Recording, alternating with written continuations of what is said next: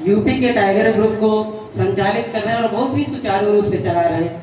और हम सभी लोगों के अगुआ आपकी दिशा से और आपकी दिशा दर्शन से जब मैं जैसा व्यक्ति अगर आज यहाँ पहुँच सकता हूँ तो मुझे लगता है यहाँ पे हर बैठा हुआ व्यक्ति इस मंच ही नहीं चेयरमैन की सीट को प्राप्त कर सकता है। मैं वादा करता हूँ ऐसे गुरु का आशीर्वाद अगर हमें मिल जाए तो मैं कहता हूँ कि हम आप सब लोगों की काया पलट सकती है। जब मैं कर सकता हूँ तो मुझे लगता है कि मुझसे यहाँ पे जितने भी व्यक्ति बैठे हुए हैं, जितनी मेरी बहनें बैठी हुई, सबकी मुझसे परिस्थिति बहुत ही अच्छी होगी। मैं सज्जन अहमद आजमी ऊंचाहार से बिलोंग करता हूँ, जिला रायबरेली से। और वहाँ पे यही जो हमारे महागुरु जी बैठे हुए हैं, इन्होंने ही आशीर्वाद रखा और हमारे गुरु मिस्टर लवकुश सर जी, दोनों लोगों ने एक रास्ता दिखाया। भटक रहे थे हम भी, क्लास 10th में पढ़ रहे थे, पिताजी एक्सपायर हो गया। परिस्थितियां बड़ी विपरीत थी, 2 बीघे जमीन थी, कोई रास्ता नहीं था। बड़ा भाई मैं था, 2 मेरे छोटे भाई थे, एक 3 साल का था, एक 1.5 साल का था, और एक विकलांग बहन थी 8 साल की, और एक बड़ी बहन थी, उसकी शादी हो गई थी। और सबसे अच्छी बात अभी जिसे गुरुजी आज हमको बहुत डांटे हैं, इसके लिए मैं क्षमा चाहूंगा गुरुदेव, वो हमारी अर्धांगिनी हमारी ताकत है और हमारी सब कुछ है। इसलिए कि हम बुरी परिस्थितियों से बुरी परिस्थितियों में उसने मेरा कंधे से कंधा मिला के साथ दिया। 94 में पिताजी के देहांत होने से 2 महीने पहले जुलाई में मैंने पेपर दिया था क्लास 10th का, रिजल्ट नहीं आया था। तब तक में बाबूजी बहुत बहुत बुरी स्थिति हो गई थी, 4 पैसे उठ नहीं पा रहे थे। उनकी एक तमन्ना थी कि किसी तरीके से मेरे बच्चे की शादी हो जाए। घर की स्थितियां बड़ी विपरीत थी, घर में खेती करने के लिए पैसा नहीं था, और इतनी बड़ी जिम्मेदारी। 5 जुलाई 1994 को मेरी शादी हुई थी और 8 सितंबर 1994 को मेरे पिताजी धराधाम को छोड़ के चले गए। अब क्लास 10th में पढ़ने वाले बच्चे की क्या औकात हो सकती है जो अपने इतने बड़े परिवार को कैसे निर्वहन करेगा। मेरे पिताजी संगीत से थे, बैंड बाजा का काम करते थे। मैं पढ़ा लिखा था तो मुझे ये नहीं लगा कि जो पिताजी कर रहे हैं, जैसे सर ने भी बताया हमारे गुरुदेव ने, कि सब लोग अपने पिताजी की लीग पे चलना चाहते हैं, लेकिन मेरी मजबूरी थी, मैंने अपने पिताजी की लीग को इसलिए पकड़ा कि मुझे अपने परिवार को भी पालना था। और 97 में मैंने एक छोटा सा विद्यालय पकड़ लिया और हमारे बगल में एनटीपीसी पढ़ती है, वहीं पे हमने ट्यूशन पढ़ाना शुरू कर दिया। अपनी पढ़ाई के साथ साथ मेरे दोनों भाई पढ़ रहे थे, मेरी विकलांग बहन पढ़ रही थी, मैं खुद पढ़ रहा था। आज मैंने जो बीए करा, बीएड किया, मैंने अपनी पढ़ाई के साथ साथ मैंने पढ़ाई भी की। और अपने खर्च को पूरा करने के लिए मैं रात को तब बैंड बाजा चलता था, पियानो बजा करके, लेडीज जेंट्स में दोनों में मैं गायकी करता था, सिंगिंग करता था। उस समय जो भी पैसे मुझे मिलते थे मैं उससे अपने घर का निर्वहन करता था और अपनी फीस की व्यवस्था करता था। 300 रुपए 97 में मैंने स्कूल को पकड़ा था, उसमें मुझे 300 रुपए सैलरी मिल रही थी। 2006 में मैं मुंबई चला गया।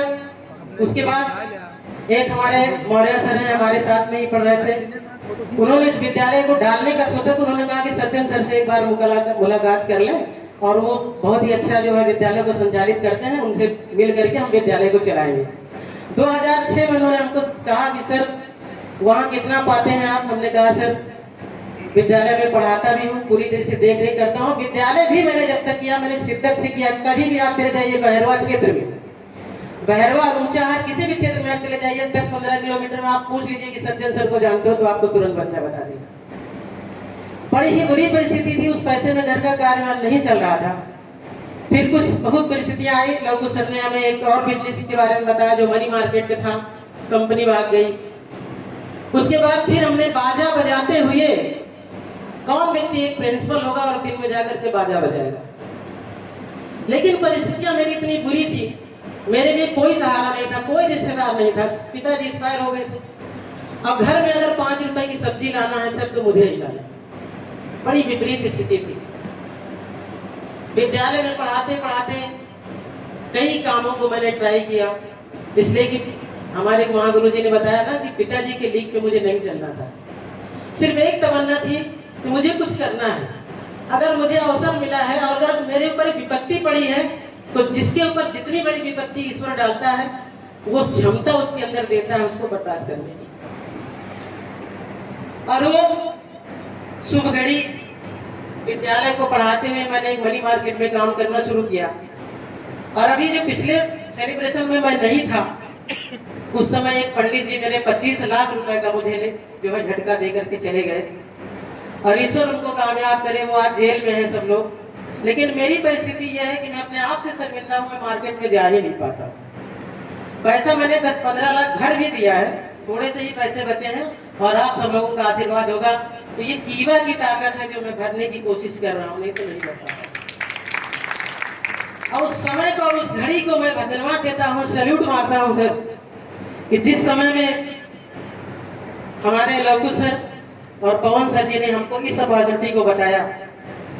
मैं थोड़ा बहुत नेटवर्किंग मार्केटिंग के बारे में जानता था, अध्ययन करता था, पढ़ता था, लेकिन जब आप लोगों ने बताया तो मुझे लगा कि यस, यही एक ऐसा प्लेटफॉर्म है सज्जन सर जो तुमको आगे बढ़ा सकता है। और मैंने अपनी सब कुछ लगा दिया, लेकिन बीच में कुछ समस्याएं आई, इसलिए कि समस्याएं आती ही इस मजबूत करने के लिए हमको आपको। अगर समस्याएं ना आए तो हम आप लोग मजबूत नहीं हो सकते। ये समस्याएं जो आई, हमें लगता है कि मुझे एक्सेप्ट करना चाहिए और उससे लड़ना चाहिए। मैंने कभी किसी से कोई शिकायत नहीं की, मुझे किसी से कोई शिकायत नहीं है। मैंने सबको जितना भी चाहा हेल्प करने का प्रयास किया। यहाँ तक कि मैं 300 रुपए 400 रुपए में पढ़ा रहा था।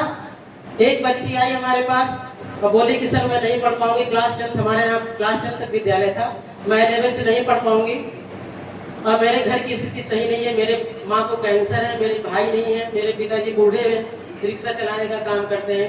हमने कहा बेटा मेरी इतनी सैलरी नहीं है, लेकिन फिर भी मैं तुम्हारी फीस 100% भरूंगा, इसके लिए आप एकदम निश्चिंत रहें। इसलिए मैंने उनको इस तरह की कई बच्चों को मैंने विद्यालय में अपने पढ़ाया, उनकी सारी फीस मैंने भरी। अब मैं अपनी बड़प्पन के लिए नहीं बता रहा हूँ, मैं आज जर्नी बता रहा हूँ सर कि किन परिस्थितियों में। इसलिए कि जब गुरुजी कहते हैं, हमारे आपके गुरुजी कहा करते हैं कि जब दुख और दुख टकराता है तो सुख का निर्माण होता है, और जब सुख और सुख टकराता है तो ईगो हर्ट होता है। हम आपको हमेशा ये बात याद रखना चाहिए, जो दुखी व्यक्ति है उसके दुख के साथ ही अपने आपको परोसो। अगर हम सुख सुख करेंगे तो सुख में ईगो आता है, घमंड आता है। और ईश्वर न करे कि ऐसी परिस्थिति कभी आए कि मेरा कभी ईगो से या कभी घमंड से इस तरह से कभी मेरा पाला ना पड़े, और अगर पड़े हो तो ऊपर वाला हमको कभी उस काबिल ना बनाए जिससे कि हमारे अंदर कभी घमंड आए। आपका छोटा भाई हूँ, बड़ा भाई हूँ, पिता हूँ, जो भी आप सब समझेंगे, मैं आप सभी लोगों के, अपनी बहनों के लिए, अपने भाइयों के लिए मैं वादा करता हूँ इस मंच से कि मैं जितने भी तकलीफें झेली है मैंने, वो ईश्वर न करे, अल्लाह न करे कि आप सब लोगों को कभी झेलनी पड़े, और सभी लोग यहाँ सफल हों। जहां तक मेरी समझ किसी भी टीम का हो, किसी भी यूनिट का व्यक्ति हो, जो मुझे आता है, जितना मैंने आज तक सीखा, मैं 100% आप सब लोगों की हेल्प करने की कोशिश करूंगा, ये मेरा वादा है। और आप सभी लोग यहाँ पे आए, ये मेरी तमन्ना है। मैं आया हूँ ये बड़ी बात नहीं है सर, ये ऐसा कॉन्सेप्ट है, ऐसा बिजनेस है डायरेक्ट सेलिंग इंडस्ट्री। मैं सैल्यूट करता हूँ इसका निर्माण करने वाले को और इसको बनाने वाले को। आज किसी परिचय का मोहताज नहीं रह गया है डायरेक्ट सेलिंग इंडस्ट्री से। बहुत कुछ समझने की और सीखने की जरूरत नहीं है, सिर्फ अपने सीनियर का और अपने गुरु का हाथ पकड़ लीजिए। मुझे लगता है कि अगर हम हरकेश भाटी सर, संतोष सर और ये दिनेश भाई, राजेश भैया, शिवप्रकाश सर, डॉक्टर साहब और ये हमारे बड़े भाई, जो हम अपने, मेरे बड़े भाई नहीं है, मैं सबसे बड़ा घर में हूँ, लेकिन मैं अपने किसी भी तरीके से बड़ा या पिता के समान ही मानता हूँ अपने नवल भैया को, मैं उनसे आशीर्वाद की कामना करता हूँ। और गुरु जी आपसे मेरा रिक्वेस्ट है कि मेरे ऊपर का आशीर्वाद कभी हटाना नहीं। आज मुझे वादा करिए इस मंच से, आपका ही हाथ पकड़ करके और लोगों सर का हाथ पकड़ के और श्री मौर्य सर को देखते हुए, देख करके, सीख करके मैं यहाँ पहुँचा हूँ सर। मैं अपने साथियों को और यहाँ पे जितने भी हमारे भाई बहन बैठे हुए हैं, बुजुर्ग बैठे हुए हैं, मैं सभी को ईश्वर से ये कामना करूँगा कि मेरी बड़ी बात नहीं है सर, आप सब लोग यहाँ आए तो बहुत दिल में मेरी खुशी होगी। मैं कुछ बयां नहीं कर सकता हूँ अपनी जुबान से कि कितनी बड़ी मुझे खुशी होगी। और ईश्वर से प्रार्थना है कि आप सभी लोग यहाँ पे आए और सफल हो। परिस्थितियां भी होती हैं, मैंने भी बहुत देखा झेला, लेकिन यहाँ इस समय उपस्थित नहीं है हमारे महागुरु मिस्टर सुजीत सिंह यादव जी। सुजीत सिंह जी बिहार से हैं। आप एक बात हमेशा कहते हैं कि लोग कहते हैं कि मुझे दिक्कत है, मुझे परेशानी है, मैं बहुत परेशान हूँ, दुनिया में मुझसे ज़्यादा परेशान कोई नहीं है। आप एक हिस्ट्री सुनाते हैं, हमारी बिटिया भी आई थी, बहन वंदना जी आई थी। इन सब लोगों के अंदर डेडिकेशन देख करके अपने आप में ताकत आती है कि नहीं यस करना चाहिए। बिटिया को देखा है आपने किस जबरदस्त उसके साथ में बोल रही थी। इनको देख करके अपने अंदर ताकत आती है, उत्साह होता है। वो हमेशा एक बात कहते हैं कि कर्ण जी जो है, कर्ण महाभारत के कर्ण जी, उन्होंने सभा में बैठे हुए थे, उन्होंने कहा कि मुझसे बड़ा यहाँ पे तुच्छ और मुझसे गिरा हुआ इंसान कोई नहीं होगा। वो अपने आप को नीच समझ रहे थे, तुच्छ समझ रहे थे, लेकिन श्री कृष्ण भगवान जी ने उनको क्या कहा कि आप कहते हो कि दुनिया की मुसीबत मेरे ही ऊपर है, मैं सबसे छोटा हूँ, मुझे हे दृष्टि से देखा जाता है, मुझे शूद्र पुत्र कहा जाता है, लेकिन सुनो मैं जो है सृष्टि का रचयिता हूं और मैं जेल में ही पैदा हुआ, मुझे जेल में ही मेरा जन्म हुआ है। और दुख की ये बात है कि अगर मेरे पिताजी रात को लेकर के भाग न गए होते तो हमको हमारा सगा मामा ही वहीं पे मार देता। तो दुख तो सबको झेलना पड़ा है। मर्यादा पुरुषोत्तम राम जी, पहले राम जी के वो दशरथ जी के पुत्र थे, राम राजा के लड़के थे। परिस्थितियां अभी हमारे साथी ने बताया, बाहर ही हमें हम उत्साहवर्धन जी अरविंद जी लखनऊ से हैं, उन्होंने कहा कि सर पूरी तैयारी हो चुकी थी, राज तिलक थी, और 1 घंटे के अंदर में ईश्वर ने अपने तख्ते को पलट दिया और 14 वर्ष को वनवास को भेज दिया। सिर्फ कितना समय था, रात भर का मामला था, और एक झटका कुबड़ी ने लगा दिया और रामचंद्र जी यानी राजा के लड़के जो एक राजा बनने वाले थे, सुबह उनको 14 वर्ष का वनवास हो गया।